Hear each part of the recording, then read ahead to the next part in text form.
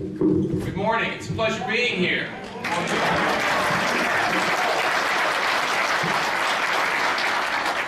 What a week to be a conservative.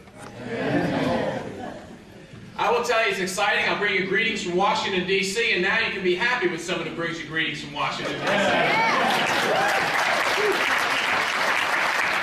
I know some of you were in Washington on Wednesday. I saw some of you in my office Wednesday. To those of you who weren't, I hope you watched some of it on C-SPAN. I hope you watched that moment at about 1:15 p.m. or so, when the House elected John Boehner the Speaker. And shortly after, Nancy Pelosi had to hand over the gavel. I'll tell you, in 3 days, I tell people in 3 days, I've won more contested votes in Washington than I've won in 12 years on the floor of the Maryland Senate. We started on Wednesday when, of course, the first thing we did is we did elect a new speaker, and then we voted for a rule change later in the day. And those rule changes were important because, you know, some of us think, oh my gosh, who cares about what the rules are, rules of the House? But we made it more difficult for Washington to spend, more difficult for Washington to increase your taxes, and easier for Washington to decrease your taxes.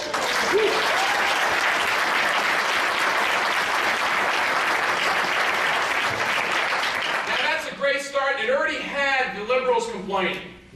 Because what they said is, oh my gosh, wait a minute, and I had reporters come up to me with a straight face and say, wait a minute, but you Republicans, you said you can't increase spending without finding some way to pay for it, some spending decrease, but you said you can decrease taxes and you don't need to find some way to pay for it. And I'm thinking, I mean, maybe they never studied history, but tax cuts, the result of tax cuts is an increase in our economy, an increase in our revenue, and an increase in what America does. And they still haven't gotten it. But Wednesday, we went ahead and passed those rule changes.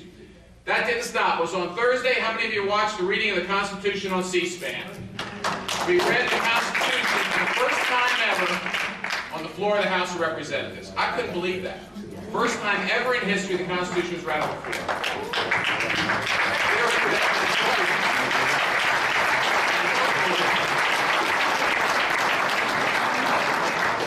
Hopefully it's not the last. Hopefully they do it every time now. But I'll tell you a couple interesting things from that. First off, one of the things, if you've been watching the news programs, is that there are a lot of people on the other side of the aisle who were kind of complaining that we were, in fact, some of them said, well, they should have read it at home. Well, that wasn't the problem. The problem was, you see, we thought that they really never read it, so we could get them maybe to read it for the first time. And the interesting thing is, a lot of them complained about us doing it, and then on Thursday they lined up to take their chance to read the Constitution because it was on C-SPAN. But hopefully while they were reading, maybe they were paying a little attention. Now my contribution to that was Article 4, Section 2. It's only one sentence, very short, but it was my privilege to be there and read it. And there were a couple of parts that received applause, but one of the parts that did receive applause had to do with the topic we're going to discuss on the panel today, is when they read the 10th Amendment. Yeah. I mean, the Republicans in the House, and I'm sure maybe there were a couple of Democrats voted the same way, cheered when we read the 10th Amendment. Because, ladies and gentlemen, Washington has forgotten the 10th Amendment. They've forgotten it. And it's about time we remember it. Now, on Thursday, so that's what we did in the morning, then we came back in the afternoon, and we did what Congress rarely does. In fact, our understanding, it has never been done before. Never. So on Thursday, we did two things. We read the Constitution, and then we cut the congressional budget by 5%. And ladies and gentlemen, and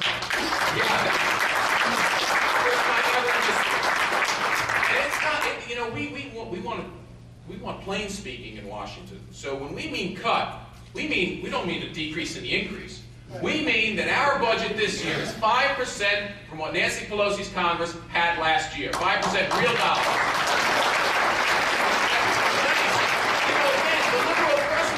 Well, it's only $35 million. That's an extra dime in every American's pocket. And let me tell you something, I don't know about you, but that's a start. And that's what we've got to do. We cut our own budget first. And then yesterday came. And yesterday was just precious, I'm telling you, because we passed the rule to take the vote next Wednesday. And it gets a little complicated why you have to pass a rule, but that's the way it works. You have to pass a rule so that you can debate the repeal of Obamacare.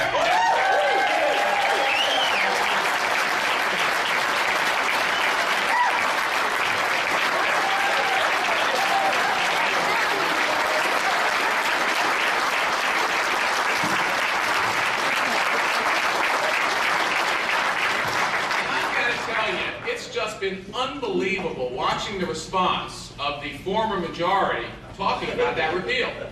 We had Nancy Pelosi on Thursday saying, quote, repealing Obamacare will, quote, do violence to the federal debt and deficit.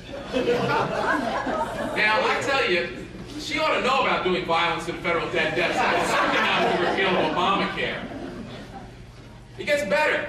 They're trying to make a case, and again, I don't know, now, I've got it on my office in D.C., so I kind of watched the debate, and their line is that somehow repealing the largest entitlement passed ever in America's history, repealing that is actually going to cost us money. And I'm sitting there and also going, there can't be more than 100 people in America that truly believe that. There can't. I think they're all on the other side of the aisle in the House, though, and a few in the Senate, Harry Reid's bunch over there. But the bottom line is, America understands exactly what they did last year. They passed the largest entitlement that will break our federal debt. It'll be deficits into the future forever and ever. And the House has dug in. And I got to tell you, we have 87 new Republicans, 241 total. We are going to stand there. We're going to repeal Obamacare next week.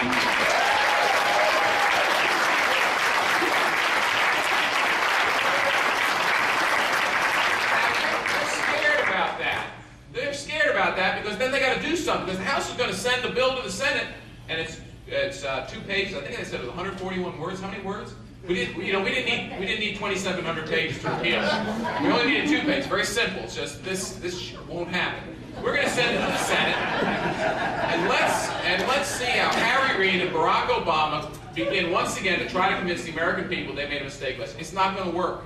That's why they're so scared. That's why they did everything they could to convince us not to take that repeal vote, saying it was a waste of time. Ladies and gentlemen, that's the best use of our that Congress can do right now is repeal Obamacare. And again, we're going to do it next month.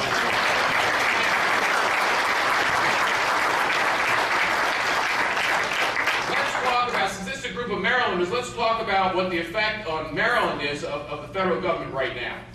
I will tell you certainly, from the legislative side, the days of Washington sending legislative mandates to the states are over as long as the 112th Congress is in session.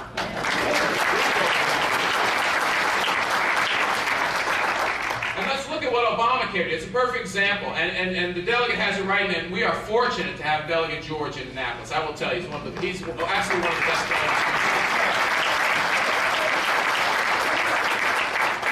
Let's look at what Obamacare did. It's a perfect example. As you know, they added 31, we said, and this is why Americans don't believe it, like, how are you going to insure 31 million more people and save money? It doesn't work. Everybody knows it doesn't work. Well, about half of those, about 15 million, are going to be put on the Medicaid rolls.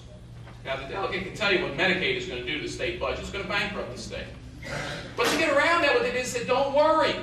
The federal government will pay for it for the first 10 years, and then you pay for it. And the state said, okay, more money coming from the federal government, sure, that's a great idea. And you had our officials lobbying for the passage of Obamacare, and because they were going to get federal money for 10 years. But ladies and gentlemen, federal money runs out. The federal government's out of money. And I will tell you that I wouldn't be surprised one of the first things we did if the Senate doesn't repeal Obamacare and go along with us, the President doesn't sign it, even if the Senate does, is we're going to have to cut back that Medicaid entitlement. Because it will bankrupt states. It'll bankrupt this state. And what we're going to have to do when we go through looking at where we're going to save money, what we're going to have to do is we're going to have to go to some programs like Medicaid and say, you know what?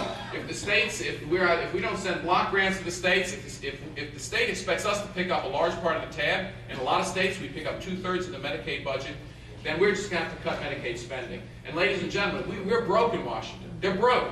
They're worse than broke. They're bankrupt. In fact, if the federal government were any company, their officers would be in jail and they'd be in bankruptcy court. That's the bottom line.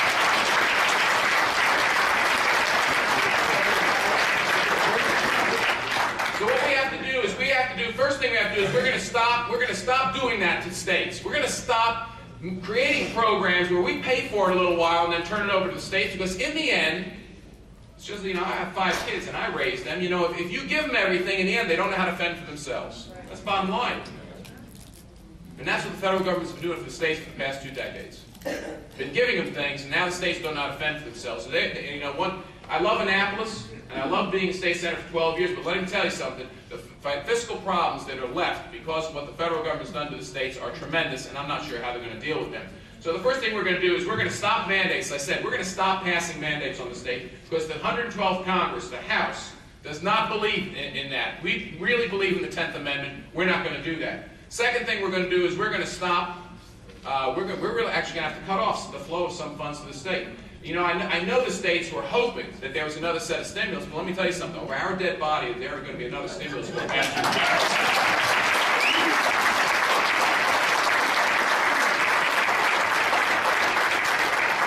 What we're left with, and why the grassroots activists like the group in this room is so important, is we're going to be left with a period of transition, where we're going to have to convince states that, you know what, the states are going to have to take care of themselves a little bit more, because the federal government is broke, and that the sky won't fall. You know, some of you, I know we have big votes coming up. We're going to get over this, in the House, we're going to get over Obamacare, and then we're going to have to turn our focus to really what we were sent there to do, which is to stop the federal deficit as soon as possible so that our federal debt, which, by the way, those of you who don't know, exceeded $14 trillion on New Year's Eve. It clicked over $14 trillion on New Year's Eve. You know, what a legacy to leave to our future. It's just unbelievable. So we're going to have to do as best we can to deal with that over the next few months. And it's going to be tough. And we already have the naysayers down there which say, well, you know, you promised to come down and cut the deficit, and you can't even, you know, you said it was $100 billion, now it could only be $30, $40, $50 billion. I don't know what it's going to end up, but let me tell you something. When the bills leave the House of Representatives, we will make the first serious effort in probably 6 or 8 years to actually reduce the federal deficit. And it's going to be done by this Republican Congress. So with that, I will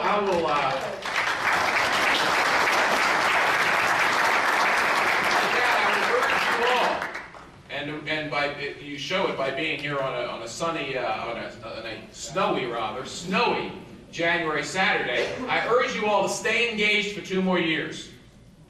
Because if you believe in individual freedom and the rights of states and not the federal government, then you know how critical the election in 2012 is going to be.